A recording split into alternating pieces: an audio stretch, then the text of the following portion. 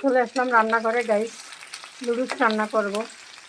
আসলে সারাদিন আজকে অনেক অসুস্থ ছিলাম, তো এই যে উঠলাম কিছু সময় আগে।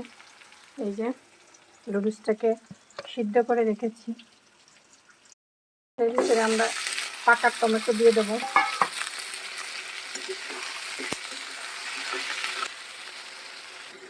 তো গাইস আমরা এবার হচ্ছে একটু পরিমাণ মতো লবণ দেবো।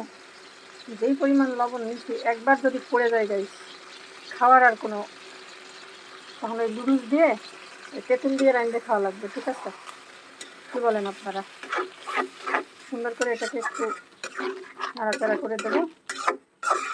এবার এটার ভিতরেই আমি এবার এই যে আমার নুডলসগুলোকে ঢেলে দেবো। ব্যাস, এবার এটাকে নাড়াচাড়া করতে হবে। এটার ভিতরে এবার আমরা কেটে দেবো, কি বলেন? তো চলেন এবারে এটাকে দিয়ে দিই। এবার এটাকে উপর থেকে ছড়িয়ে দিলাম। ব্যাস, নুডলসটা বেশ সুন্দর একটা কালার হবে। এই যে আমার নুডলস রান্না কিন্তু শেষ। কেউ খাবা? চলে আসো।